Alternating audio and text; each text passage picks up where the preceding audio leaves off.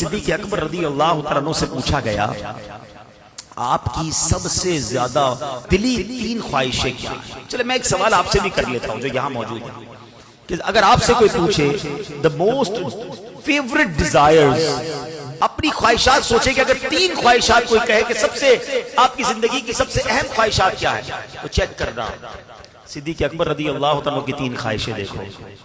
آپ کہتے ہیں میری 3 زندگی کی سب سے بڑی خواہش ہے. کہتے ہیں پہلی ہے النظر الیک، دوسری ہے والجلوس بین یدیک، اور تیسری ہے وانفاق مال علیک. ہائے ہائے ہائے کیا موتی جیسے الفاظ ہیں. معنی بعد میں بتاؤں گا، خالی عربی سنتے ہیں تو لطف آنے لگ گیا. عاشق اکبر کی باتیں ہیں نا. کہتے میری 3 خواہشیں ہیں، بس اپنے آقا کو دیکھتا رہو.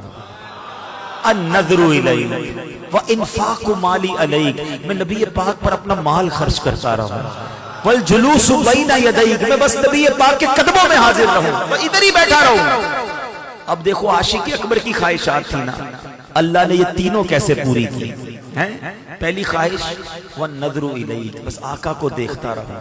جب نبی پاک خطبہ فرماتے تھے نا، بیان فرماتے، سارے صحابہ دوزانو بیٹھ کر ادب کے ساتھ سر جھکاتے تھے، آقا کے چہرے کو نہیں دیکھتے تھے. صرف ابو بکر صدیق رضی اللہ تعالیٰ اور حضرت عمر فاروق رضی اللہ تعالیٰ یہ نبی پاک کے چہرے کو دیکھتے، آقا انہیں دیکھتے.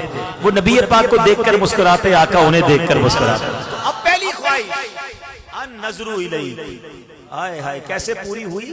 کتابوں میں ایک جملہ میں نے پڑھا کہ وہ عبادت جو صدیق اکبر نے غار ثور میں نبی پاک کے دیدار والی عبادت کی نا، جب آقا گود میں تھے. ٹرائی ٹو انڈرسٹینڈ، ذرا ریئلائز کرو، جب کوئی کسی کی گود میں ہوتا ہے دیدار کیسا ہوتا ہے.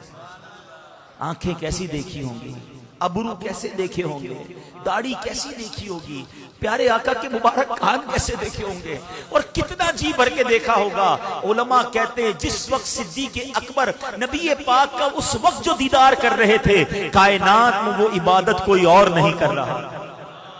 صرف صدیق اکبر کو یہ مقام حاصل تھا کہ اس طرح نبی پاک کا دیدار نصیب ہوا. اللہ نے پہلی خواہش ایسے پوری کی. دوسری خواہش وانفاق مالی علیک، حضور آپ پر مال خرچ کرتا رہوں، بس میری یہ خواہش ہے.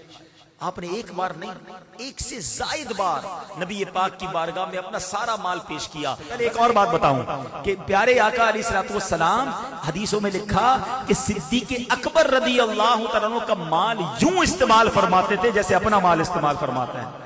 اتنی کلوزنس تھی کہ پوچھا نہیں جاتا تھا. نبی پاک صدیق اکبر کے مال کو استعمال فرماتے. اور وہ حدیث اللہ اکبر آپ فرماتے جس کا مضمون ہے جتنے لوگوں نے مجھ پر احسان کیا میں نے سب کا احسان چکا دیا، مگر ابو بکر نے جو مجھ پر احسان کیا ہے قیامت کے دن اس کا بدلہ میں رب سے لے کے اسے لوٹاؤں گا. اللہ اکبر، کس کس شان کو بیان کیا جائے. اللہ کے حبیب کی دعائیں کس طرح انہوں نے لی. ارے بلال حبشی سے کون محبت نہیں کرتا، ہمارے عاشقوں کے امام ہیں، مؤذن رسول ہیں، انہیں چھڑا کر کون لایا. امیہ جو تھا اتنا ظلم کرتا تھا، ابو بکر صدیق قریب سے گزرے، دیکھا بلال کو مار رہے ہیں، تپتی ریت پر لٹاتے ہیں. آپ نے اس کے مالک سے کہا کیوں تنگ کرتے ہو، یہ مسلمان ہو گیا ہے کیوں مارتے ہو. کہا ابو بکر تمہیں بڑا شوق ہے، خرید لو اسے. آپ نے بتاؤ کتنے پیسے لوگے. وہ تھوڑے پیسے بتاتا، آپ نے کہا اوکے. وہ اور پیسے بڑھاتا، آپ نے کہا ٹھیک ہے. وہ ڈیل ڈن کرتا، پھر پیسے بڑھا دیتا. وہ جتنے مانگتا رہا آپ بڑھاتے رہے.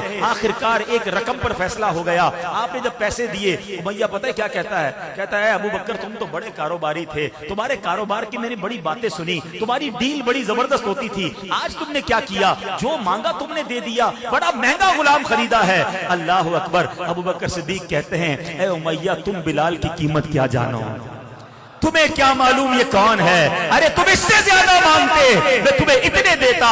جب خرید کر لاتے ہیں نبی پاک کے پاس، حضرت بلال کو آزاد کر کے لاتے ہیں، پیارے آقا کی بارگاہ میں پیش کرتے ہیں. حضور بلال آیا ہے، آپ کا سچا غلام آیا ہے، حضور آج آزاد ہو کر آیا ہے. اللہ کے نبی کیا کہتے ہیں؟ اے ابو بکر تھوڑے میرے پیسے بھی ملا لو. بلال کو آزاد کرنے میں جو تم نے رقم خرچ کی ہے، میرا مال بھی اس میں شامل کر لو. صدیق اکبر کہتے ہیں حضور میرا مال آپ ہی کا تو ہے، حضور میرا سب کچھ آپ کا ہے. اللہ اکبر. کیا کیا کارنامے بیان کروں صدیق اکبر رضی اللہ تعالی عنہ کے. سنو تیسری خواہش والجلوس بین یدیک. کہتے حضور میری تمنا ہے کہ بس آپ کے قدموں میں زندگی گزرے.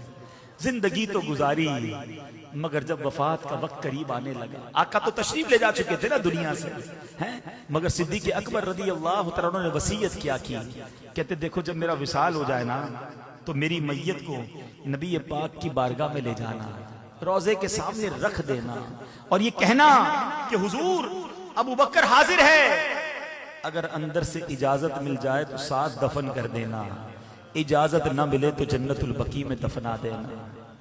یہاں ایک بڑی باریک سی بات ہے، عقیدے کی بات کر دوں، یہ تو وصیت صدیق اکبر نے کی کتابوں میں لکھا، صحابہ نے کیوں عمل کیا؟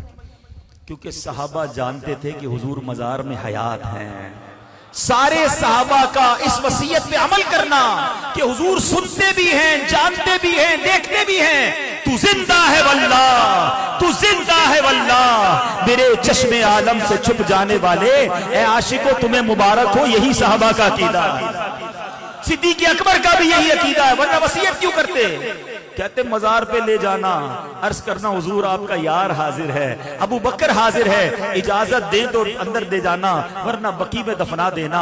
صحابہ نے اس وصیت پر عمل کیا، آپ کی میت کو نبی پاک کے روضے کے سامنے رکھا گیا اور عرض کیا گیا السلام علیک یا رسول اللہ، ابو بکر حاضر ہے۔ سنو، دروازہ کھلتا ہے، تالا کھلتا ہے اور اندر سے آواز آتی ہے ادخلوا الحبیب الی الحبیب فإن الحبیب الی الحبیب مشتاق۔ اب حبیب کو حبیب کے پاس لے آؤ کیونکہ حبیب کو حبیب سے ملنے کا اشتیاق ہے۔